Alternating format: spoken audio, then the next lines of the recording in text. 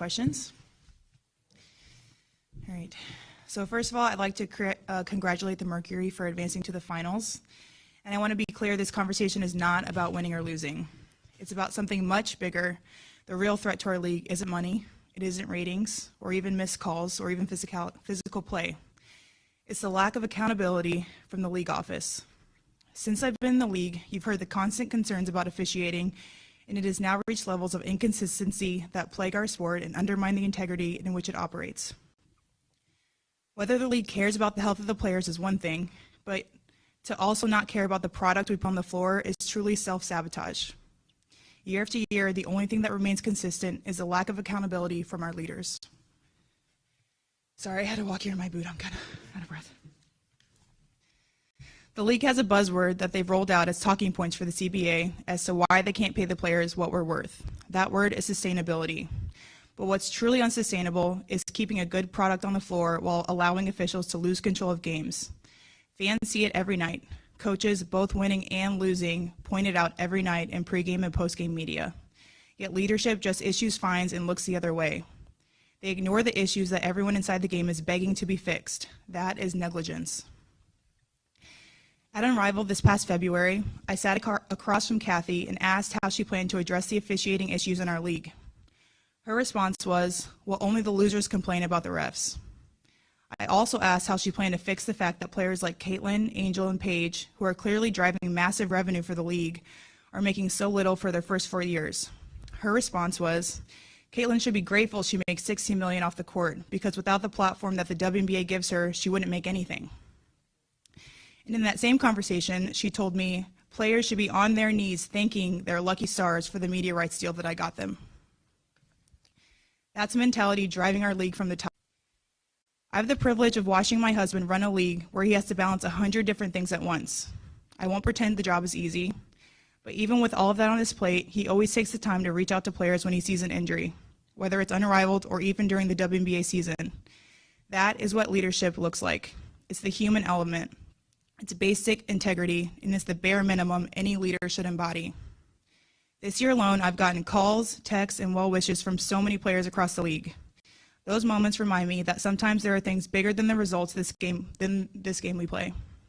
But do you know who I haven't heard from? Kathy.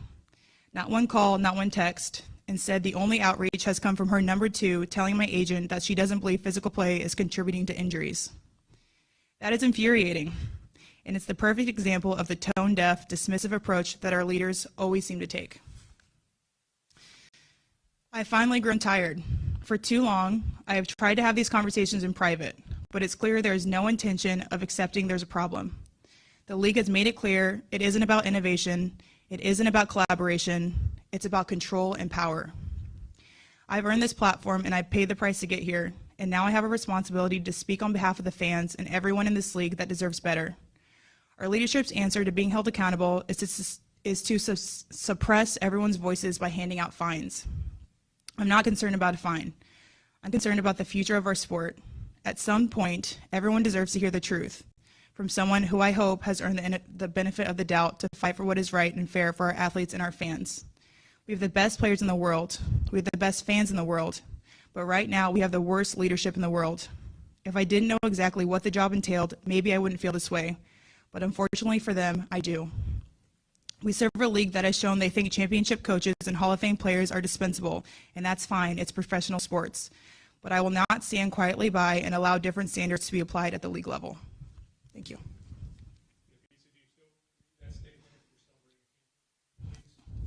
Yes, again, I want to be clear, this is not about winning and losing. People, coaches, players, winning and losing are complaining about these same things. And again, the league talks about sustainability. This is about sustainability. How are you going to protect your players? How are you going to make sure that we have the best product on the floor night after night when it's so inconsistent and people are getting hurt left and right? I'm sure that they will find me. It seems like anything with free speech is fine now. So, 5 minutes before you walked in here, the WNBA sent another press release announcing more money, more TV rights deals that they just secured. Do you think it's a little premature to announce all the money they're making when they haven't come to a deal with the people that play the game on the floor on their behalf? I mean, it's something that they continue to do.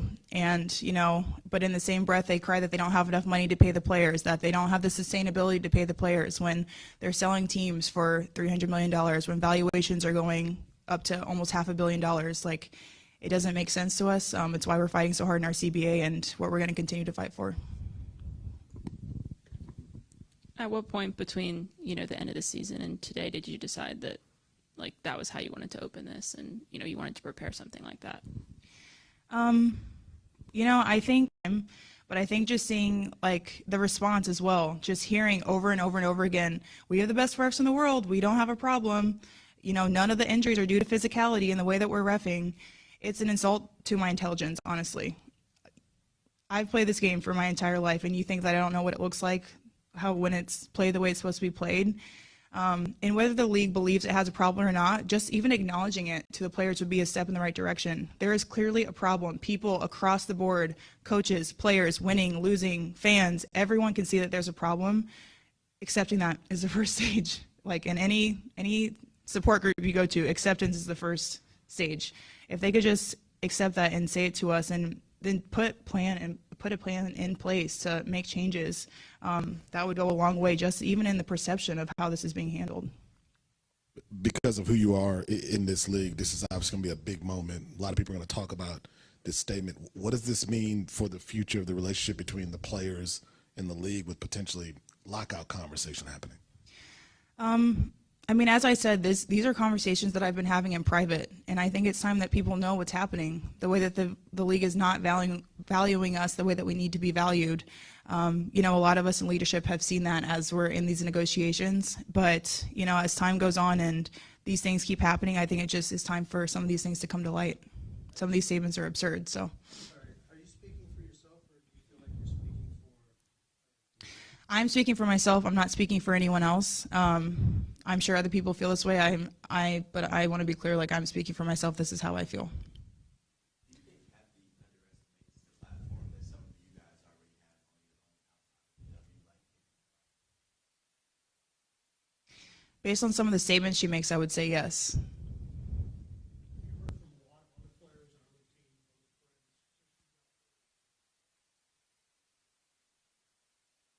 teams, Not just since I got hurt. This is something that has been talked about for years, but yes.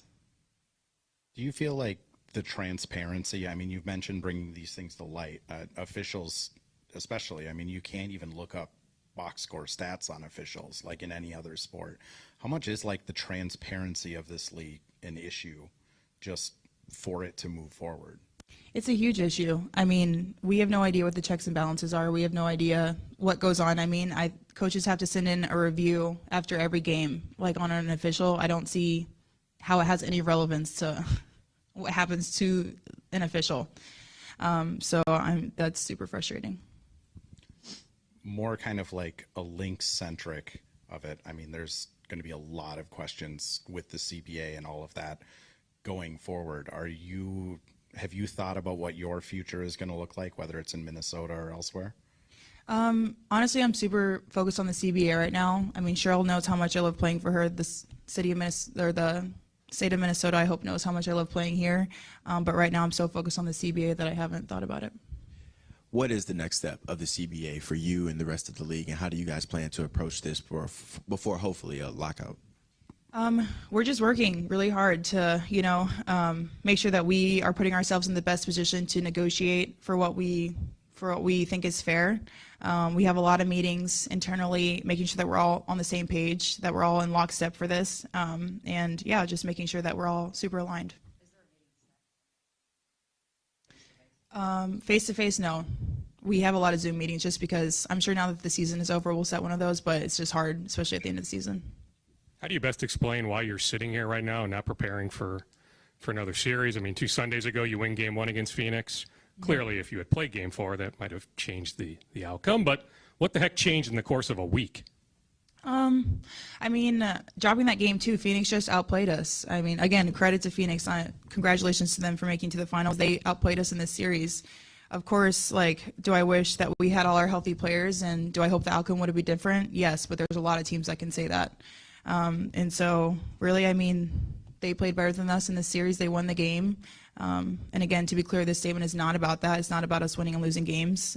So I give credit to Phoenix for how they played in the series.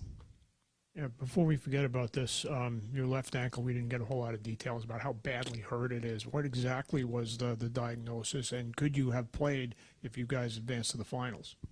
I couldn't have played. It was almost the exact same injury as my other ankle, actually. So I had a couple torn ligaments, torn shin muscle, but no broken bones, which is good. Everything you said about refs, is there something that you've done vital to make sure that the same thing isn't happening? We do. We are really transparent with the players. For example, I mean, the one-on-one tournament that we had was so physical the first day. So we had a meeting with the players and the refs, you know, having a meeting about how it should be officiated, how we want to clean it up. We had several meetings throughout the season with the players about what they liked, what they didn't, what they thought about the officiating, just trying to be as transparent as possible and then making those fixes in real time. So even the second day of the one-on-one tournament, it was reffed completely differently. Throughout the season, it started getting reffed differently when we started getting feedback and seeing the physicality. So yes. And then how would you contrast that with what Kathy always says about how the WNBA officials are always undergoing training and evaluation, but yet nothing ever seems to change? I mean, you said it. Nothing ever seems to change. Do you think the WNBA needs their own set of officials where they are full-time members of the WNBA, where their focus is on you guys during the season and the off-season? I don't know what needs to happen. To be honest, I think, first of all, you have to invest in things that you want to be better. So if we want to have good officials who aren't using the WNBA as a stepping stone to get to the NBA, we have to pay them accordingly. I mean, right now, a lot of our officials are making more than the rookies. Like, that's not saying that the officials should make less. We should make more, and they should also be making more. If we want quality people and officials and everything, you have to invest in those areas. And so I think that's probably something that they should look at.